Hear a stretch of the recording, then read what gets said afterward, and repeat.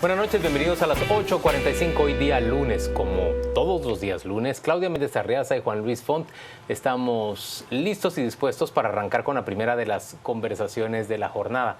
Hoy nos acompaña un invitado de excepción, don Jorge Mario García Laguardia, el constitucionalista, ex procurador de Derechos Humanos, por muchísimos años catedrático de Derecho en nuestro país. Bienvenido, gracias por acompañarnos, doctor. Hoy queremos hablar con usted respecto de esa propuesta de reforma constitucional orientada concretamente al sector justicia y, por supuesto, hablar un poco también de los cambios que ha vivido el país ya en el curso de un año y un mes. Bienvenido. Y a mí me gustaría arrancar la pregunta con esas mesas de diálogos hacia las reformas del sector justicia. Imagino que ha leído ya la propuesta que han presentado los tres poderes del Estado para reformar el organismo judicial. ¿Qué le llama la atención? ¿Con qué está de acuerdo y con qué está en desacuerdo? Bueno, yo creo que estoy en desacuerdo con todo. ¿Está en desacuerdo con todo? Sí. Ah, ¿de verdad? Sí, desgraciadamente. Incluso con la sustitución del procedimiento actual vía comisiones de postulación para integrar las cortes más altas. No, pero estamos hablando de... me está preguntando ella sobre la administración de justicia. Sí. Y en ese aspecto, a mí me parece que no se ha aprovechado la oportunidad para hacer la gran reforma que ya se han hecho en otros países, ¿verdad? ¿En qué consiste esa gran reforma?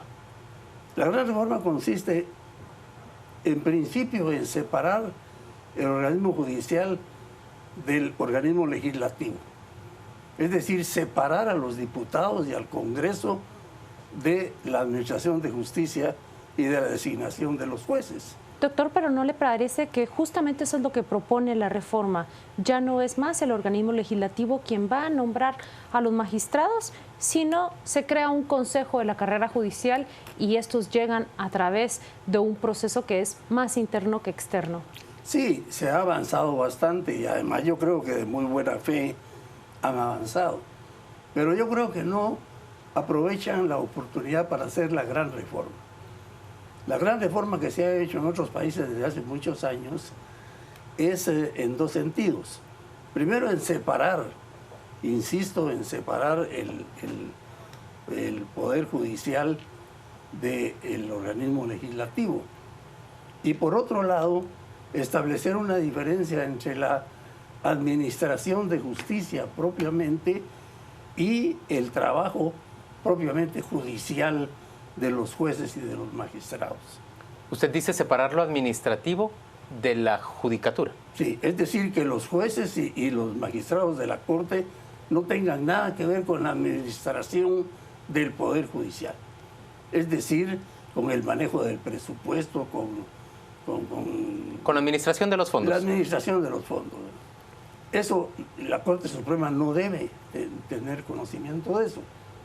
En otros lugares se ha establecido ya desde el final de la Segunda Guerra, se establecieron reformas fundamentales entre los cuales se creó el Consejo de la Judicatura, como un organismo independiente encargado de administrar los fondos de la Administración de Justicia y dentro de una de sus partes establecer la designación de los jueces y la vigilancia del ejercicio profesional de los jueces a través de la carrera judicial. Y eso deberían hacer en este momento. Ese Consejo de la Judicatura como garante de la profesionalidad, la independencia y el rigor ético de los jueces. Exactamente. Y nombrado en esta forma, en dos terceras partes, en la mayoría de los países que lo han establecido, dentro de los miembros de la propia judicatura. Es decir, los propios jueces designan a estos miembros de la carrera judicial en dos terceras partes. Y una tercera parte es integrada por juristas de reconocida honorabilidad en cada país, que los hay. Y entonces este organismo es el que maneja los fondos de la Administración de Justicia y controla el ejercicio de los jueces y de los magistrados. Doctor, una de las propuestas sugiere que un juez será más independiente en la medida que se encuentre más seguro en la judicatura. De ahí que propongan que un magistrado de Corte de Constitucionalidad debe ocupar ese puesto al menos 9 años y que un magistrado o juez común debe llegar incluso a los 12 años. Hay una diferencia entre los años de uno y otro, pero más o menos ese es el promedio. ¿Usted está de acuerdo con esta premisa de que en la medida que duren más en la judicatura, más se van a poder separar de los intereses de quienes los nombraron hasta llegar allí? Totalmente. Yo creo que el periodo de funcionamiento de los jueces y de los magistrados debe ser lo más amplio posible. Y si este Consejo de la Carrera Judicial establece una carrera específica con mecanismos por los cuales preparar a los jueces y nombrarlos, vigilar su funcionamiento y ordenar su avance en la carrera judicial, que principian como jueces de paz, después de primera instancia, después magistrados y después magistrados de la Corte.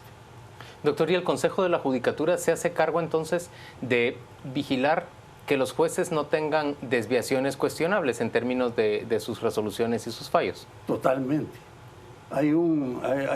Dentro del Consejo de la Judicatura hay un organismo que vigila el ejercicio profesional de los jueces, estableciendo el régimen disciplinario y los ascensos. Entre estas reformas se ha propuesto una que ha provocado bulla mediática, han dicho algunos, y es esa propuesta que viene de eliminar el antejuicio a los alcaldes. Estos, por supuesto, se han declarado en abierta oposición a esa propuesta. ¿Un alcalde necesita un antejuicio, sí o no, y por qué? Mire, los funcionarios en general, el antejuicio se estableció para garantizar el ejercicio profesional de los funcionarios electos.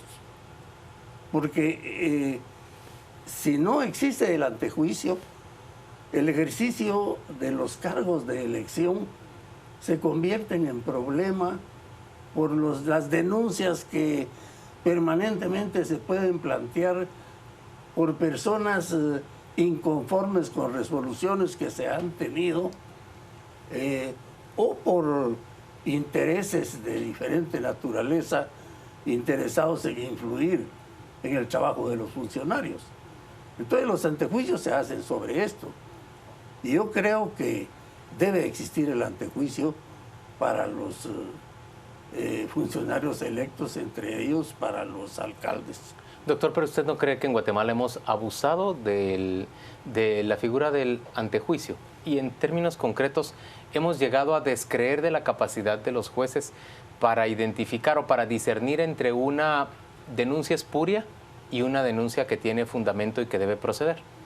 Sí, el problema en nuestro país es el abuso que se ha hecho de todas las instituciones, ¿verdad? Por supuesto que los alcaldes han abusado de ese poder que tienen de antejuicio, pero las personas también abusan en la denuncia sin fundamento, muchas veces por intereses ¿motivados políticamente? Motivados políticamente o económicamente. Pero aquí yo quiero hacer una pregunta. ¿Cuál es el problema?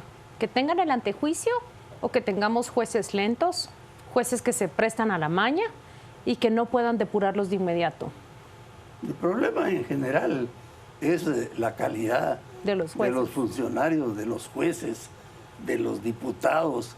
Y de los alcaldes. De los alcaldes y del presidente y de todos, ¿verdad?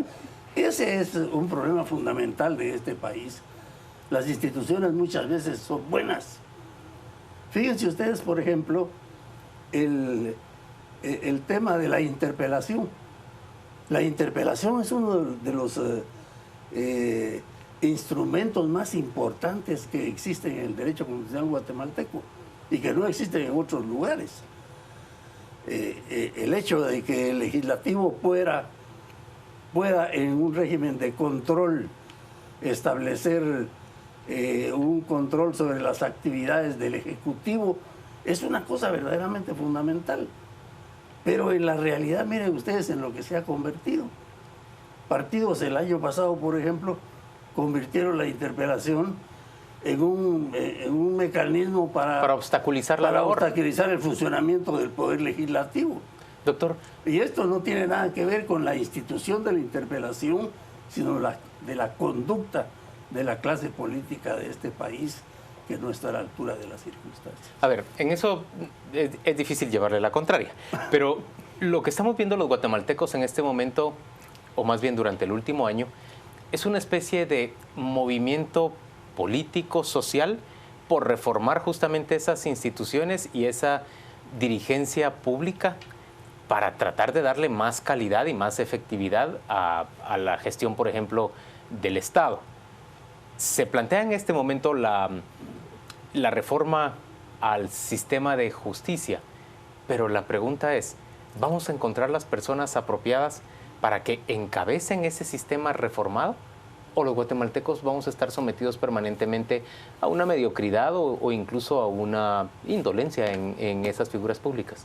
Esa es una pregunta verdaderamente terrible. Y tiene que ver, como le digo, con este grado de descomposición de la sociedad que nuestro país ha tenido y que es desafortunada. Por supuesto que en esto influye también estos periodos autoritarios en que las mejores gentes fueron asesinadas u obligadas a irse del país u obligadas a abstenerse de participar en la gestión pública, en la política y en la participación popular. ¿Usted cómo ve lo que ha ocurrido en el país desde el 16 de abril del año pasado? ¿Y cómo ve el papel que ha jugado una comisión internacional contra la impunidad, que en términos reales, honestos y concretos ha sido el auténtico factor de cambio en Guatemala antes que un liderazgo nacional? Bueno, la existencia de la CICIG aquí ha sido determinante para que se produzcan los cambios que se produjeron. Efectivamente hubo un momento el año pasado de participación popular. Salimos todos a la calle, pero yo veo que salimos todos a la calle para que todo quedara igual. O muy parecido. ¿De verdad que quedó igual? Igual, porque se decidió, con buen criterio diría yo, que el presidente y la vicepresidenta se fueran, pero se deberían haber ido muchos. Yo propuse en esa época aquí mismo, no sé si usted recuerda, propuse aquí mismo, no sé si usted fue la que me preguntó, o Carmen, que efectivamente se pidiera la renuncia del presidente y la vicepresidenta y de todos los diputados y que se cerrara el Congreso. Era un borrón y cuenta nueva. Desaprovechamos esa oportunidad y el Congreso quedó igual.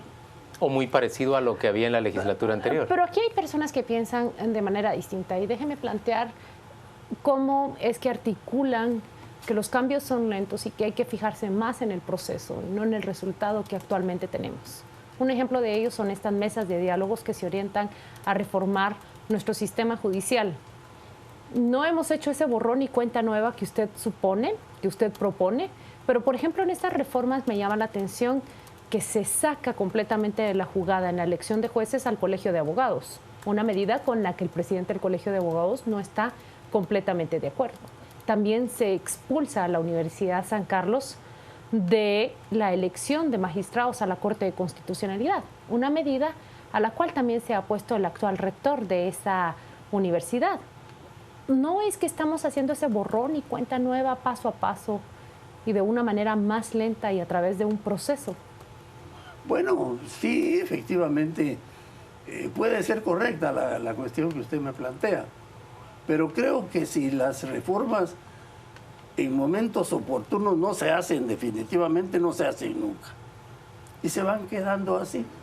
La reforma de la Administración de Justicia la estamos planteando hace mucho tiempo, y miren ustedes en dónde estamos. No se ha hecho, y si se va a hacer, a propósito de lo que usted me decía al principio, y yo insisto, ese proyecto, yo estoy en contra porque no se hace la reforma en la forma correcta que se han hecho en otros lugares. Este es el único país, creo yo, del mundo en el cual no existe el Consejo de la Judicatura, en el cual no se ha separado el organismo judicial del organismo legislativo. Y el proyecto este que se plantea se sigue en la misma forma. Doctor, pero en el fondo lo que usted está reclamando respecto de nuestro proceso político es que nos inclinamos los guatemaltecos o preferimos seguir la vía de una reforma o de una serie de reformas, lo cual es más lento, pausado y produce los cambios, digamos, a una velocidad muy distinta de la que uno lo querría. En cambio, usted propone que hubiéramos hecho prácticamente darle un remesón al sistema constitucional nacional. Usted decía cerrar el Congreso en la legislatura anterior y supongo que entonces habría sido necesario convocar a unas elecciones muy distintas, pero en unas circunstancias que para mucha gente habrían sido supuesto una ruptura constitucional. Bueno, las coyunturas de reformas constitucionales se dan cuando las crisis políticas llegan a ciertos límites. Y aquí había llegado a ciertos límites. Y nos sentimos satisfechos con la renuncia del presidente y la vicepresidenta, y todo lo demás quedó igual. Y las otras instituciones se arreglan. Los grupos políticos son muy hábiles y muy inteligentes. Tienen una gran capacidad para sobrevivir y adaptarse. No los podemos subestimar. Y encontraron la fórmula de arreglarse para que todo quedara igual. E incluso el Congreso aparece ahora algunos diputados de los más responsables de todo lo que ha pasado en este país, que pretenden encabezar la reforma que todos estamos pidiendo. Cuando entre la reforma está que ellos no estuvieran ahí. Bueno, creo que lo que está proponiendo prácticamente es que quienes proponen y conducen la reforma, desde ahí estamos equivocados.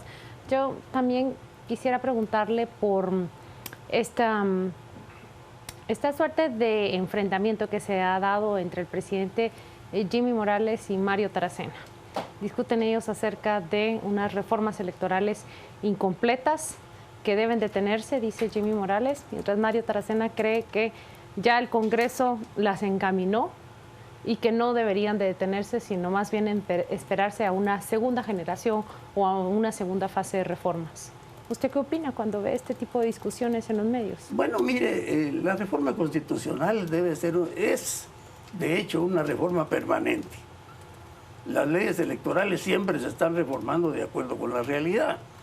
De tal manera que esta reforma que se hizo, mi opinión es que en muchos aspectos era bastante buena. No buena totalmente, pero era buena en varios aspectos y había que aprobarla para que entrara en vigencia y seguir analizando las otras reformas que se puedan hacer después. De tal manera que yo no veo que haya contradicción en ellos, en ese sentido, sino simplemente desencuentros, digamos, y falta de comunicación, lo cual es una lástima. Doctor García, veamos de manera positiva el planteamiento de reforma constitucional al sistema de justicia.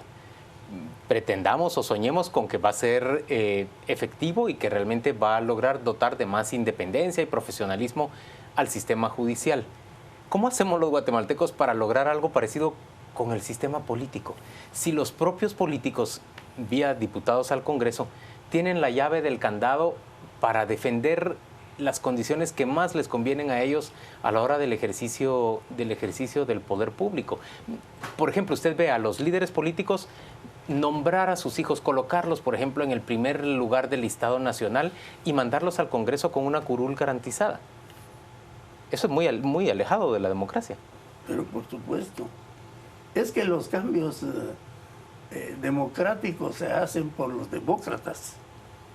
Y los diputados generalmente en las reformas pueden salir perjudicados y entonces se oponen a esas reformas porque complican su propio quehacer. Y el Congreso, por ejemplo, ha llegado a límites como ese que usted señalaba.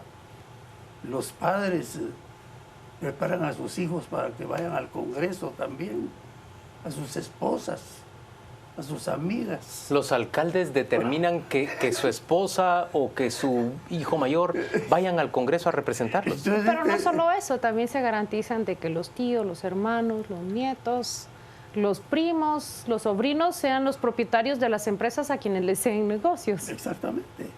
Entonces, ante todo eso que está sucediendo y que no es del año pasado, sino que está sucediendo hace muchos años, mi opinión es que debe hacerse un cambio muy drástico para poder cambiar las cosas y no hacer pequeños cambios para que todo quede igual. Doctor, pero usted ve surgir una generación de políticos que pueda protagonizar ese cambio. Y yo quisiera citar acá, por ejemplo, eso que acaba de suceder en la Superintendencia de Administración Tributaria, la intervención de una de las empresas más grandes y tradicionales de este país. En 3 días consiguieron que se pagaran $100 millones en concepto de impuestos, intereses y mora. Eso no significa que hay cambios y que están conducidos por una nueva generación de políticos, tecnócratas. Me parece muy bien y estupenda esa decisión. Y está bien que se haga. En cuanto a esto, yo no estoy en contra. Pero la pregunta que me hacían de Administración de Justicia es distinta. Vean ustedes lo que está pasando en la Corte Suprema, pues, ¿verdad? La renuncia de un magistrado, el otro prácticamente angustiado, no sé qué va a pasar con él. Cosa que no debe suceder porque... Doctor, usted ha vivido en Italia, usted ha vivido en México por largos años. ¿Usted se imagina una democracia, un país que se precie, teniendo adentro de su Corte Suprema de Justicia, en este momento, 2 de 13 magistrados cuestionados desde el punto de vista legal? Y la semana pasada eran 3, solo porque renunció uno. Precisamente por eso le digo, yo creo que la reforma debe hacerse de la Administración de Justicia, estableciendo el Consejo de la Carrera Judicial como se ha establecido después de la Segunda Guerra en muchas partes del mundo. Primero en Italia, después en Alemania, después en España y después en casi todos los países de América Latina. Nosotros somos el único país en que no existe un Consejo de la Judicatura y que el nombramiento y el funcionamiento de los jueces depende del Congreso de la República, lo cual es lo más grave que puede suceder en cualquier lugar del mundo. Doctor García Laguardia, gracias por acompañarnos a las 8:45. Vamos en este momento con nuestra compañera Rocío Lazo. Ella nos cuenta qué se dice en redes sociales sobre este tema y sobre la conversación con el doctor Jorge Mario García Laguardia. Gracias, Juan Luis. Buenas noches. ¿Por qué se hacen necesarias las reformas al sector justicia? Es la pregunta que nosotros le planteamos a través de nuestras redes sociales. Esperamos sus comentarios a través de ellas. Vamos a comenzar con Raúl. Necesitamos más académicos enfáticos y menos ponentes charlatanes. Todos debemos leer a Jorge Mario García Laguardia. Hostag Nog, el cambio no viene como magia provocada por la plaza. La base es el proceso integrador. Jorge solo cita lo dicho por Jorge Mario García Laguardia. Nos conformamos con la renuncia del presidente y la vicepresidenta y todo lo demás quedó igual. Juan Gerardo Canastú, si no existiera el antejuicio, es como darles permiso para delinquir en el ejercicio del poder. Esa limpieza fue como la que quería hacer Serrano. En parte, tenía razón de ese actuar, eso nos dice González Barahona. Fabiola comenta, siempre es interesante escuchar al doctor Jorge Mario García Laguardia. Luis Fernando Páez, podemos tener pensada la mejor estructura, pero si al poder siguen llegando incompetentes, seguiremos exactamente igual. Partidos políticos. Óscar Morales, un maestro digno de atender sus comentarios. Debe haber antejuicio a los alcaldes, deben ser honestos y no corruptos, ese es el comentario de los depurables. Y por último, Alejandro Balcells, hoy clase de constitucional con el mejor constitucionalista del país. Le agradecemos por participar a través de nuestras redes sociales y lo invitamos a seguir mostrándonos su opinión. Vamos a la pausa y volvemos con más para usted.